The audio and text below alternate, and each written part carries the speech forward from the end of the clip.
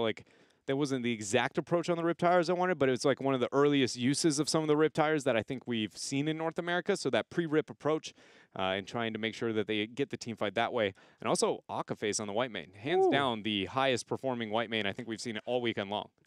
I say that for North America, not evaluating the European, because Zalia looked pretty good. Who?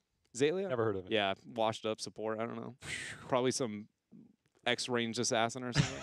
Yeah. Solo Q doesn't, I don't even know. Tracer main only? Yeah. One trick tracer? Yeah, him and Poi. Yeah, I don't. And here, you know, maybe they've got a bright future. I don't know. I still got a long ways to go. Yeah. But here, we know teams that used to be at the top. Obviously, Simplicity. They have the star power, the name power of teams that used to be up there. If they pull off this, Dreadnought, we mentioned it when we looked at the standings at the start of this, it gets them further and further away from Crucible range, more towards that playoff potential. And as we alluded to before from the interview from Hosty, they are not yet feeling like they are even near coming online to their full strength. And they are just looking for the fact that, look, a few weeks later, we feel that that's when we can really ramp up and try and get that chase towards BlizzCon. I mean, right now, if you can continue to get wins, that's going to be there for you. And we're going to see where, if that next win comes in the form of Infernal Shrines, is No Tomorrow still prioritizing that first pick. Battleground pickup going to be Infernal Shrines here by Simplicity. This is pretty curious based on some of the philosophy we had before. I know Simplicity just won on Tomb of the Spider Queen and everybody's going Dread. You just talked about their macro, how weak that was. Why, you know, Tomb of the Spider Queen probably not going to look too good there. And I'm still going to hold that true here even in this game, because if we remember, Jay, how Webweaver phase 1 and 2 out of No Tomorrow, you probably don't remember them. And the answer is because they really didn't get too much done in the process. And so what I'm trying to highlight is that that early game should have been a lot uglier, I think, against Simplicity for some of the Webweaver decisions. They did do some things like getting the gank on the off lane to make sure they mitigated some of the damage, but I'm still not sold on macro being the thing that Simplicity can rely on in any way, shape, or form. And we've seen already, I mean, in the last series, Freedom used constant rotation to just manipulate the battleground and no point of recovery. So I think it's a high-risk battleground for them. And we saw earlier, just Team Freedom, when they completed their reverse sweep, it was doing almost a lot of everything except for the objective, and that was the type of macro control. It's like if you were to have the ends of the spectrum, that's one far reach of the end of the spectrum on the side of Team Freedom. On the other side, you know, on most of these fights have been around 1 or 2 big team fights to really take control. And it's a matter of just flexing on people in this game or in this series so far. I think we'll probably continue to see that. I am curious on how we'll see the supports play out, whether Alex Straza makes it through or not. But the white man on this battleground does seem like the potential is high for some of that healing output around the objective. Oh, it absolutely is. I think if I was to argue white man's best battleground, at least in my head, at first glance, it is Infernal Shrines, just based on Volskaya might be the other one, right? You have a long period of time around a specific fight where your opponent has to walk through a choke. A lot of white main's healing output, when you get impressed, it's around her W, right? Yeah. But if you can spam your E effectively and get a lot of value out of that in the mid game, I think that's where a lot of her underappreciated. It's not as flashy because everybody's health bar don't go at 100, but that's actually where white mains are made, in my opinion, is how effective a QE combo or a double QE combo comes through. And maps like Infernal Shrines really promote it. Simplicity finding themselves one game away, one win away from having a 2-0 weekend. Something that I'm not sure if we've heard from this team all year. I'd have to look back, but that's a good point. It'd be good to put on the small victories kind of list. Yeah, you print it out, put it on your fridge. This is what I do with my victories. Yeah, you know, after today, I'm going to be like commentated HGC North America, big smiley face emoji, put it all over the front of that. Diablo banned out, no surprise there. Maybe going to increase the priority onto that Muradin, which has been absolutely key. But I think now maybe a little bit more for No Tomorrow based on that performance we got from Calf there on the Garrison last game. Ban priority. I don't actually want to see a ban towards either one of the supports anymore.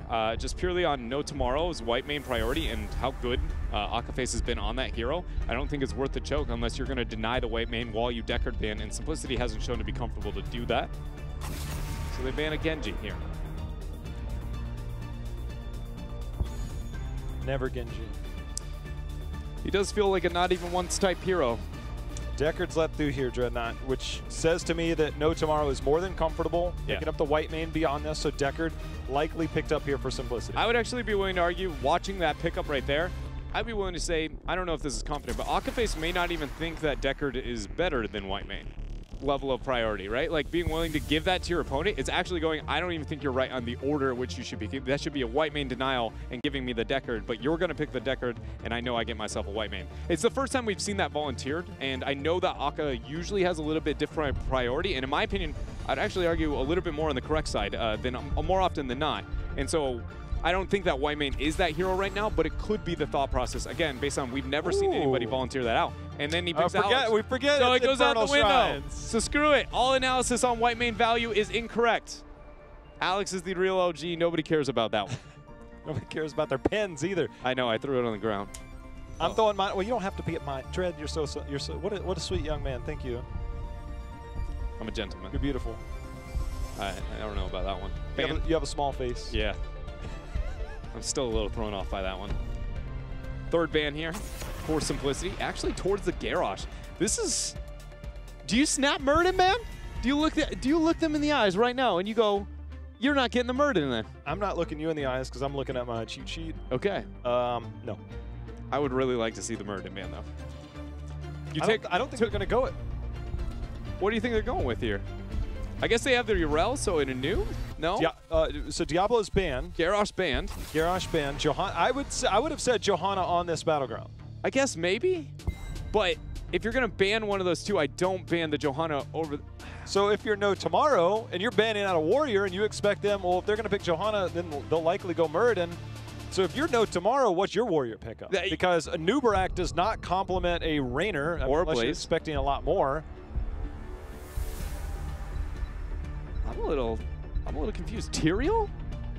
Tyrael is the only thing left in my mind here. Phoenix and Muradin, especially after the Johanna ban, not that concerning.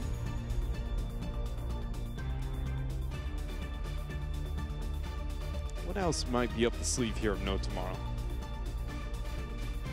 Cho'Gall? Not too much percentage damage on the other side. You always pique my interest. Ooh! Look, I'm so excited for the Kael'thas pick. I know you can't see it, but there's a whole pound of beef picked before that makes you just go, I'm not sold. I love Kael'thas. I agree. I think he is very undervalued right now. But ETC survivability, especially with a Blaze in the offlane, do not provide as much survivability. Right? Junkrat for an interrupt? A Junkrat, or you would be concerned probably with some... I mean, I guess it doesn't matter whatever theory I would come up with on some possible other ones here, since we did get the Junkrat, but...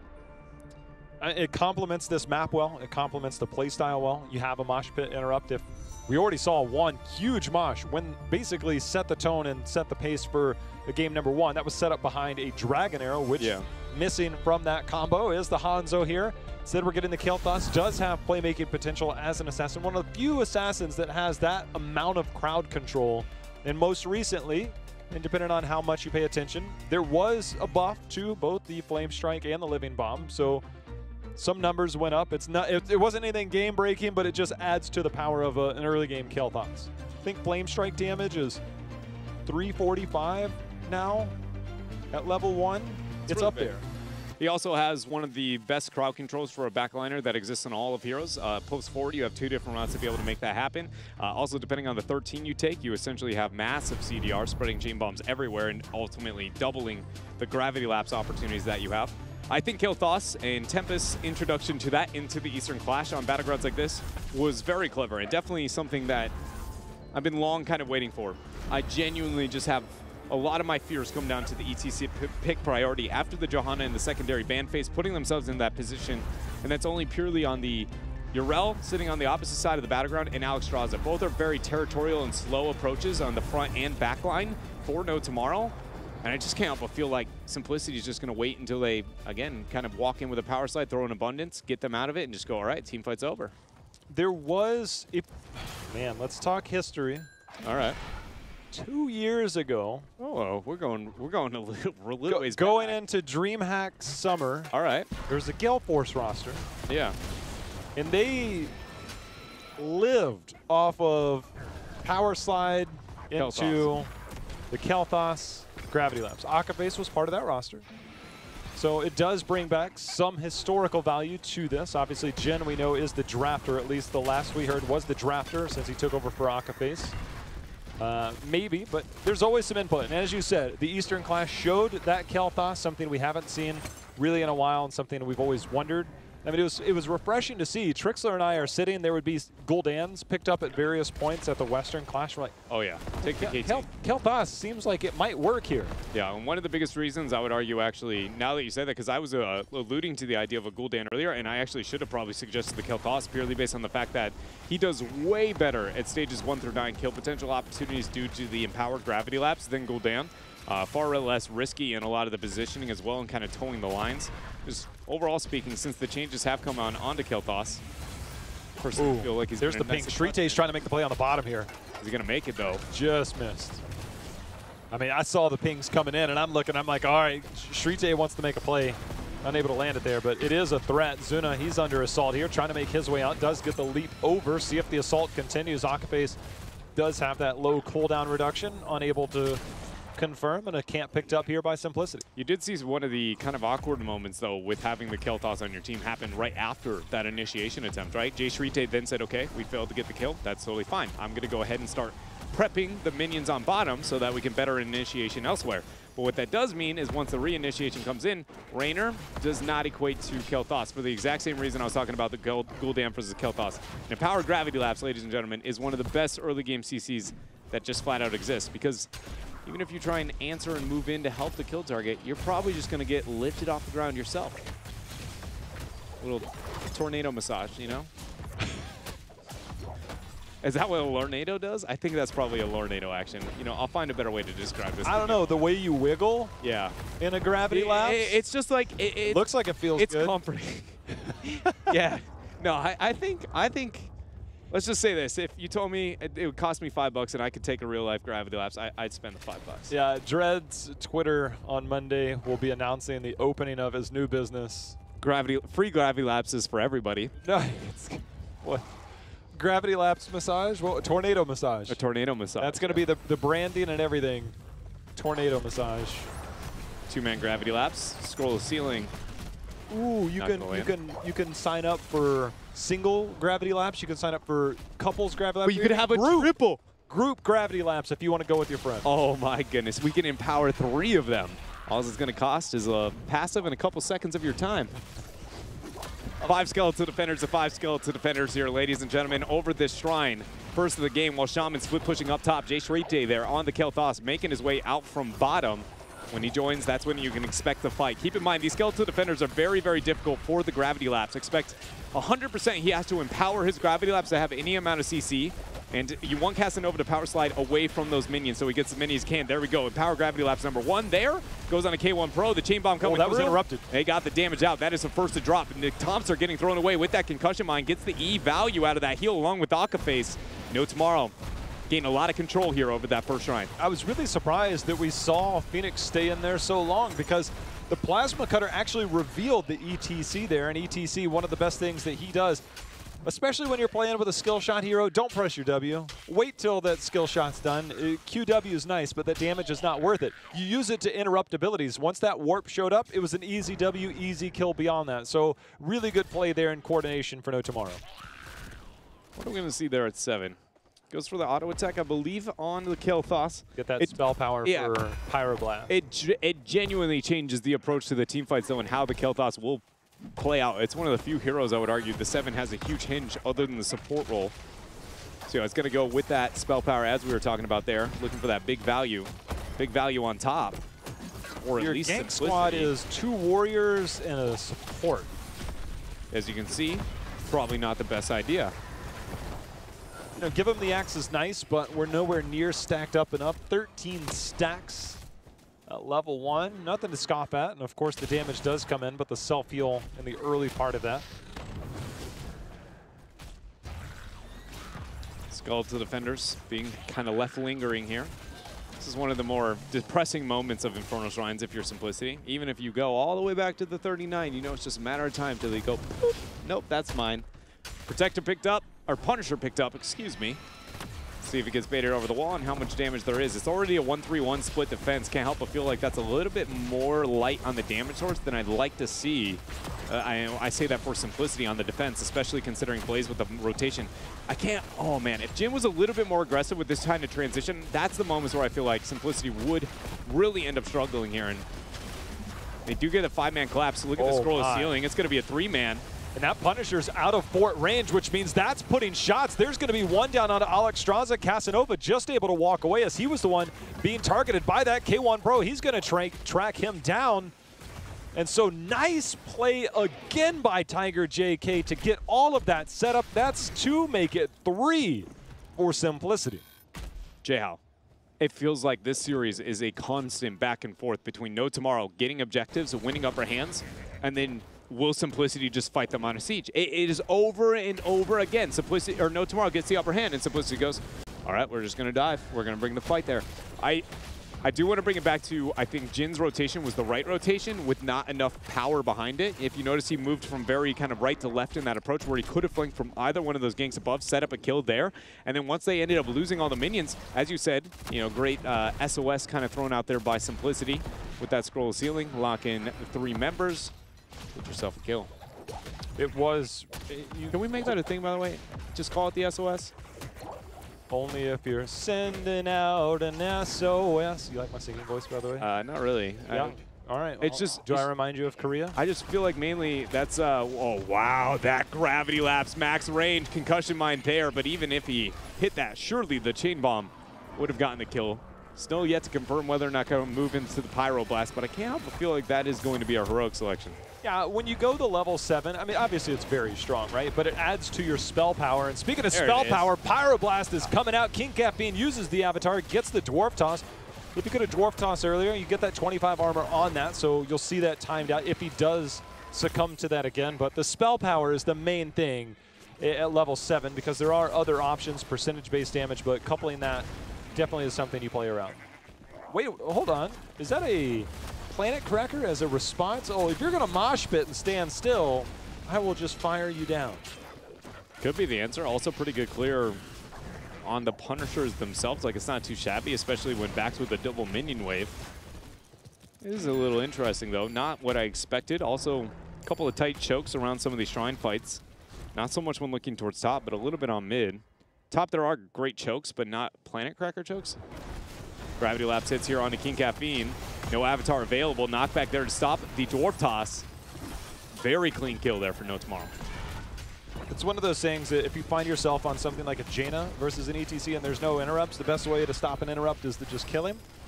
So if you're able to do that, that is something I think maybe Planet Cracker is here for. We'll be curious on the setup between the 13 and 16. We see oftentimes the combo of getting shields off of your autos at 13 plus extra damage as long as you have those shields is normally a 13-16 combo. But when you go Planet Cracker, because the cooldown is so much longer, we oftentimes see people go into the cooldown reduction at 16 and then maybe an adaptation at 13. So we'll see if this Phoenix build maybe adapts towards that style of play. One of the things I enjoy about that 16 adaptation is because it impacts all parts of his play, right? You can get more warps, you can get more plasma cutters kind of thrown out.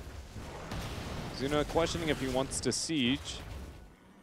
Doesn't look like he's going to get the full commitment there. 3 members of No Tomorrow still working on top. They are bettering their Shaman over that of Simplicity. And Simplicity here is actually going to be losing a lot, J-How. This is a little bit different than your standard off-lane pressure. We don't have a 13 talents here because the Shamans were sacrificed on top, and then No Tomorrow's winning with their Shaman while Raynor is prepping the front wall for free. This is a huge victory. Planet Cracker coming out after the Stormbolt. A lot of fireworks, but not too much success. Speaking of fireworks, more fire being spread around there. The fort taking damage onto that. King Caffeine did complete his level 1, but Shrite is dishing out fire to anybody and everybody that wants it. Did go cooldown reduction at 13 now. This is when Kel'Thas becomes a problem. Yeah. This is the moment where I just like sit there and like if, you know, Kel'Thas had a very evil mwahaha laugh, like I'm definitely embodying that, you know? Rather than screaming salami, Ash Eleonore, or whatever he's got to be able to throw around there. I'm ready for that. The salami, that talent actually got nerfed, but still very strong. There was a minor nerf on the cooldown reduction. As long as you just constantly open team fights with an empowered W and then get yourself a second W and start poking prod in there, Love it. Hyperion drop to be able to help with the siege here. Arcane Punisher doing its best to make something happen, but in the end, really just going to be able to help with this keep front wall. Not full commitment there to ensure the race to 15. That surprises me. That's a that's huge actually chunk of XP right there. I would say. Minions get it? Yeah, they get it. I would still say, you know, thought process lies there. I would like to see No Tomorrow put a little bit more interest into that. Zuna finds Casanova. Jay Shrite just out of range there for that gravity lapse. That was an empowered one, though, so definitely a weakness in the skirmish if it will unfold for a second. Camp now started by Simplicity. No Tomorrow are so close to 16, Jay, how we see the standard trade-off at this time. It's up to Simplicity to maybe force a fight. The fact that they aren't invading shows that they're worried about a pretty far-out fight, for that matter. Likely a 18 into 16 defending through a Punisher, which not sure the Planet Cracker has enough cool tools to be able to deal with that. We haven't even seen, so the problem that we normally see is if you're trying to avoid a team fight and you know, say, No Tomorrow is towards the bottom, oftentimes it's, well, we need the experience, so we're going to sacrifice something, and you would see like a push maybe to the top lane to get top fort to get back into that 16 race. But because this bot lane was already diminished in terms of how much it had left in it, that fort would have just been walked through easily, and then your bottom keep wall would have been under assault. And so it's kind of a give and take, right? It's almost like Alarak. Are you willing to trade some sadism, you know, for this? And it's always a trade-off. And King Caffeine, let's see if he trades off as he's going to find Casanova. Not too aggressive there for No Tomorrow Police quite yet. It's going to be nice to be able to finish off that well, though. Seems like a subtle thing at this stage of the game, but we know how often teams, while that fort's alive, they'll be willing to prioritize that. That thing conveniently lasting that long was definitely nice for Simplicity. But here we go. No Tomorrow still questioning, kind of sharking around if they can find a kill. This is the cutoff I was hoping to see before. He sniffed it. Interesting choice there. Notice how when the reveal happens, two people back out and Jay Shrite moves forward. And I think that's interesting because, number one, Jay Shrite has the crowd control to make that a not-so-difficult situation, but it just shows comms a lot of the thought process there, right? Jay Shrite knows that his role in this game is that setup-follow, whereas Raynor is like, if it's given to me on a platter. And I can't help but feel like, you know, a little bit of more forethought on how they're going to approach those, either the all-in or everybody backing out at once. See if that costs them later on here as Sean McCamp just being mirrored here from both sides. No cooldown reduction for Phoenix, instead going into the standard, getting shields at 13 and doing more damage with shields at 16, so the synergy remains. So Planet Cracker will be on that long cooldown as well as every other ability, but it's just kind of been the norm when we see Planet Cracker because of the length of the cooldown. You know, we haven't seen our mosh pit being ripped yet. Now in these choke points, we've got ourselves a 16 versus 16. See Casanova's positioning as everybody comes in. You mentioned the chokes and the way things happen. See if Casanova can take advantage of that. Oh, Power Slide going to come out. Gravity Lapse. Actually, Ardent Defender popped very early there. Skeletal Defenders 10 to 10 here for these two teams. Keep in mind, I can't help but feel like if history is going to repeat itself, No Tomorrow should win this. And then it's the counter siege of Simplicity that really is going to set them ahead. Jin moves forward with the jet propulsion along with the Riptire blowing up, getting a little bit of damage. 22 Skeletal Defenders here for Simplicity, slightly ahead of Simplicity as that scroll ceiling locks down 2.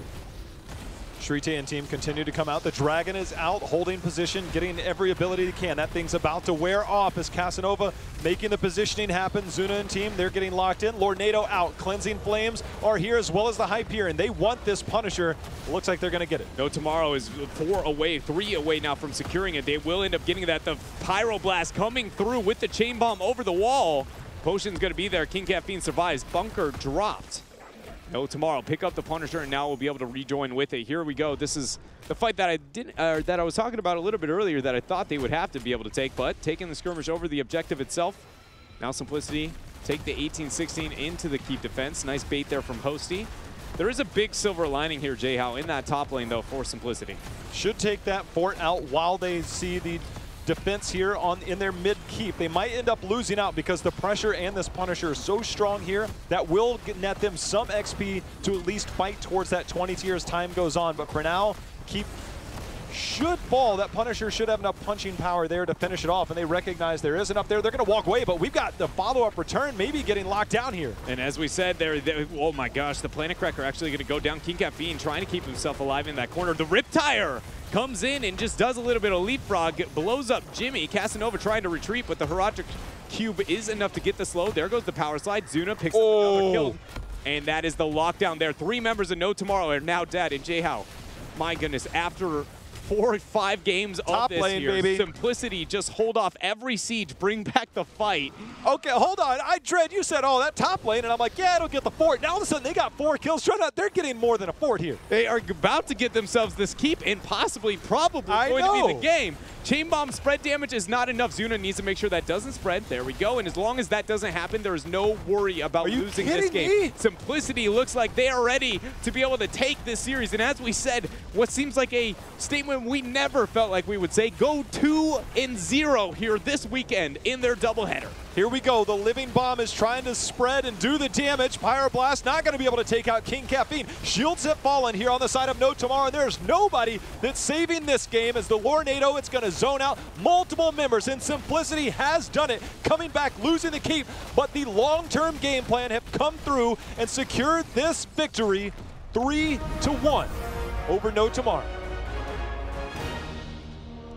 For any of you that tuned in to the broadcast here on Friday and got to watch Simplicity perform and hear the words of Hosey afterwards, I can't help but feel like you are just sitting in there and you're going, ooh, because it is a dark time, you know, a struggling time here for Simplicity, but they still show the mental strength and will here to overcome No Tomorrow. A team still trying to find their roots, but can't help but feel like it's impressive to be able to see that level of mentality to hold their own, always kind of on the back foot in these games, but still find the W. For everybody that picks up a camp without intention, this is a prime example of why, one, you pick it up during objectives, right? A Shaman camp especially, some of the best pushing power in the game. It was getting top fort. That gives you a large chunk of experience. It warrants a response over due time. It gives you control over that. But this is one of those times you got max value, absolute max value. They ended up getting the quad kill there, and that Shaman camp had pushed so far that it opened up a win condition. It's a long-term win condition generally, but that's one of the situations where you're like, this is optimal circumstances. If you've ever heard of that, that's the one. Yeah, it went from if that camp isn't taken, you wipe, you clear top fort, maybe get a keep front wall and call it a day. That's it. And call it a day. Then it goes to, wait a minute, we aren't losing this game, to, oh, wait, we can win this game purely based on the Shaman timing and the fact that it was able to win over top of the Shaman as well. And again, as you said, that's all about that offlane prep. Not only when you're getting them, but then why are those offlaners always off doing their thing on the side lane? And why aren't they worried about this camp right here? That is it, ladies and gentlemen. It definitely hurts, but clever play here from Simplicity. I feel like it's fitting the team that you know, wasn't so dominant in the macro all the way through, ends up winning through such a clever mercenary play like that. Deckard, he's a heck of a hero, because if we go to that part, Planet Cracker started to clip Raynor, but he was just out of range by a few pixels. Yeah. And instantly that Lornado comes in and hugs that wall. We see Alex Strauss-Agaves put down the heel and just pushed him right off of it. That was the catalyst for the start. Then at the end of that scroll of ceiling that hit at the very tip of ETC might have been enough to say this was the game. Yeah. So Tiger JK is like, hold on, I got to play. Hold on, I've got another play. You know what? Let's just make all the plays. You guys do what you do. That was impressive ending right there by Simplicity. Tiger JK, man, maybe it's more Deckard, maybe it's Tiger JK, I don't know, but Deckard's a good hero, and Tiger JK did really well on it. Well, I will say the one thing I noticed when I was watching Tiger on the Deckard, his different element, I guess, of flavor that I feel like he provides on that hero is exactly that. It's not even alive just in that game. It's the chasing. Every game, Simplicity won here. They did not win by winning an objective. They won by answering to a losing objective. I actually would... I can't recall every fight off the top of my head, but I'd be willing to say almost every single game they won by losing an objective and then team fighting after, wiping, and then going to end. And because of that, it was the Deckard in a lot of those situations. Not every game did they have it, but a large majority of it was abusing. If you notice, he doesn't double stack his Heroic Cube with his scroll ceiling all the time. He's willing to offset them, so the retreat is very difficult. He makes it almost Medivh-esque because you can't run away from the portals. He just, instead of giving his team the portal, he's giving you the slows. Well, we have Hosty for the second time this weekend. I don't know how often we've been able to say that, but Hosty, a 2-0 weekend. How you feeling? Oh, quite relieved, honestly. Those games were the opposite of clean. We were actually losing those games, and we came back from losing the objective, getting the kills, pushing top, ending. That It's last the last game, the Shaman Camp timing, I mean, Dreads pointed out, he's like, oh, you know, here's a silver lining. There's a Shaman Camp. It will get the fort, keep you guys in the game. But max value out of that, it ended up clearing and opening up that win condition. When you started to get those kills, at what point are you in that chase? You get 1 kill, obviously 2, ended up with 4. At what point in that are you saying, get this kill, let's end? Or is it just, wait a minute, we've killed 4 people. Hey, I think we can end. that's something that Zuna actually brought up before they even won the objective. He's like, whatever, they get the objective. We're really good at defending. We get kills, we end. And it happened. So it was perfect. It's amazing the way that's played out. Hosty, we heard from you on Friday saying that your team still has a bumpy road ahead of you as you continue to work towards what your power level is expected to be. But you've got a double win weekend here. I mean, obviously, you look at the schedule. This is a redemption weekend for you as you lost to No Tomorrow in LFM before. How satisfied are you after today's victory? Oh, I just feel like I could take a massive breath of fresh air, honestly. Like, it was quite stressful, knowing that we lost before. I think we actually played better before, but we got the losses. This time against No Tomorrow, we played worse, but we got the win. So, I mean, anything can happen in this game. It was a fun day to watch for sure. I'm going to send you over to Dread. Thanks, Jay.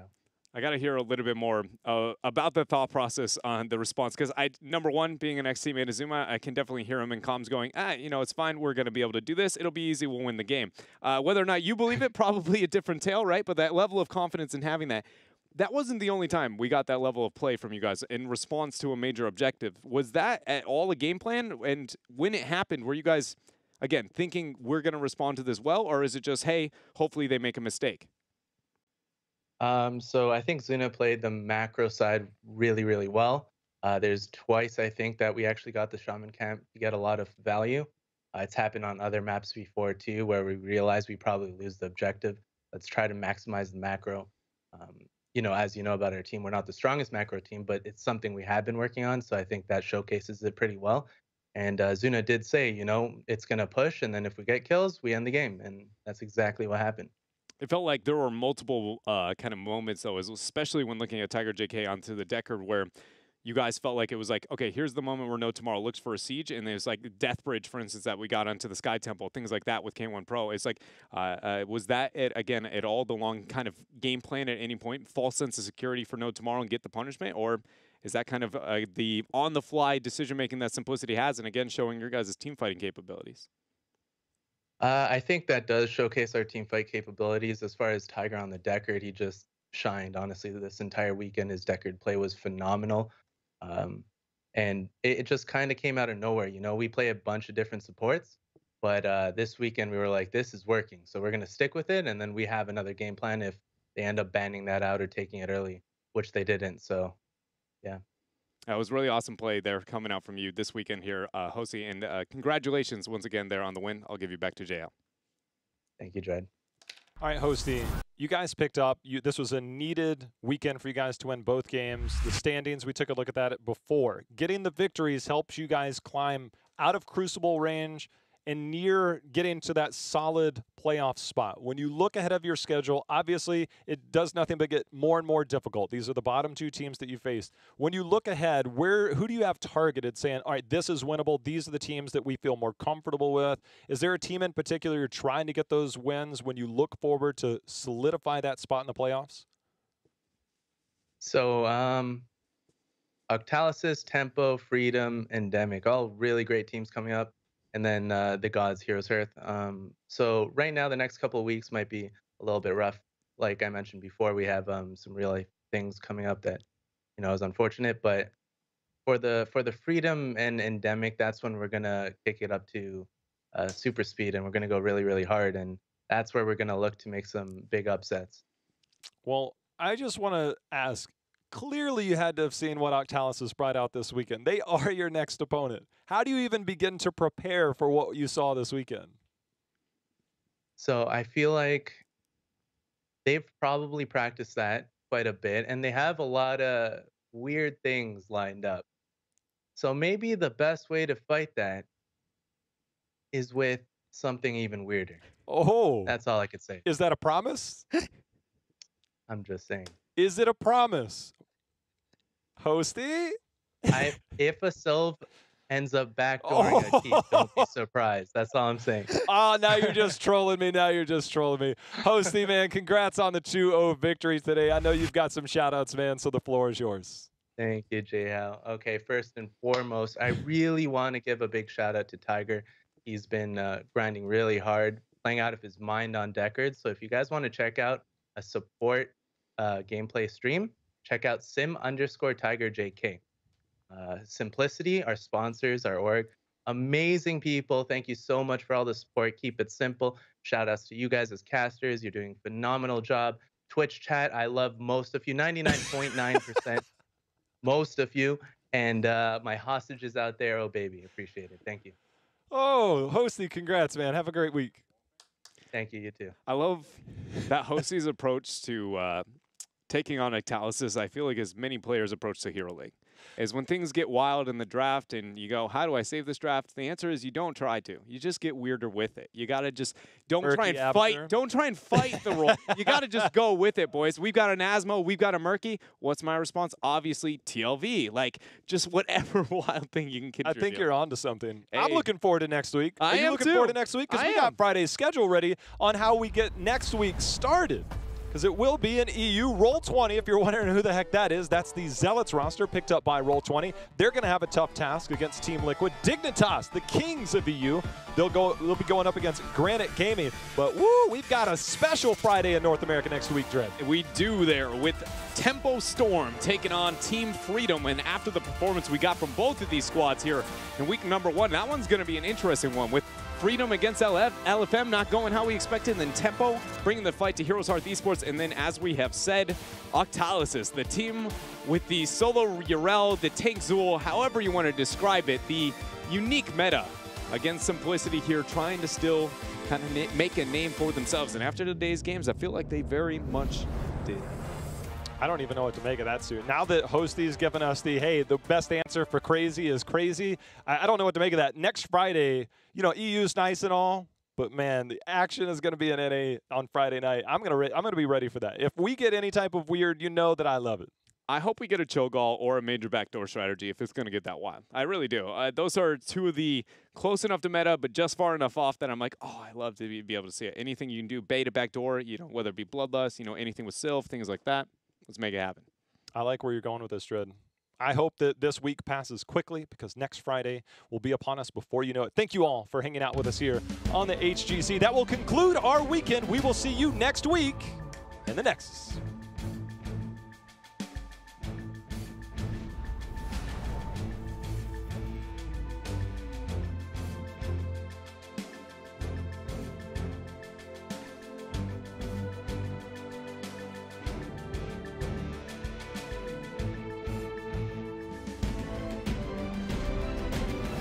For No Tomorrow, but No Tomorrow's not going to give up this camp for free. 3-man Dragon's Arrow in the 3-man Mosh Pit.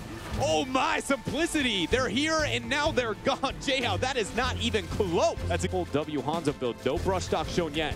You Here see the pings. There's the brush stock on the back line. Seeing if he can land the isolation onto that backside. Instead, we get a full combo here. The Tranquility did manage to get out, but this is going to be a bunker. And see who falls coming out of this, because Casanova team somehow surviving, as is Akapace. I have no idea how everybody is still alive. It's a 1-for-1 trade so far. Tiger JK eventually gets a kill on the backside. 3 members down. Tomster, he's going to be number 4. Right now around King Caffeine around that corner. What he's trying to make happen there. Casanova moves in. Stormbolt actually taunt, gonna land on 1. Cleansing dash goes through it, lands onto 2. Dragons there with the play of the game. Double man flip over, and that is the first kill there. Palm used. Palm not proc, ladies and gentlemen. 2 members of Simplicity are out of here. Bro. The assault continues. There's going to be the toss in. Does have tunneling claws, able to make it out. But for now, he's getting taunted back. But we see the dive in by Simplicity. There's going to be into the fray. Tossing Akaface out. King Caffeine and team. The assault continues down the bridge of death. Yeah, Groundbreaker though landing onto two. Now turn on to Zuna. Too much damage coming in, but the palm from Tiger JK led with the two-man flip out from Casanova. K1 Pro on the backline is getting the kill. K1 Pro is taking Simplicity and putting them on his back there, constantly diving onto the backline there of No Tomorrow. Casanova drops. Flip over along with the taunt. Calf trying to start to make something happen. A lot of damage going on to him though. Salvo dropped, but he's going to be just fine. The 35 armor is there. While No Tomorrow clumping up, four-man deathballing. Flamethrower coming out from Zuno. A lot of damage. Jay Shrite can't make it out. He's ice blocked and stuck in to the members of Simplicity. That is the first kill, but they are not done. We're seeing more as the grenades. If we can come in and confirm a kill, they got to get locked down to try and get that. If they take down Akaface, they can look for the boss. So 3 members down, Dreadnought.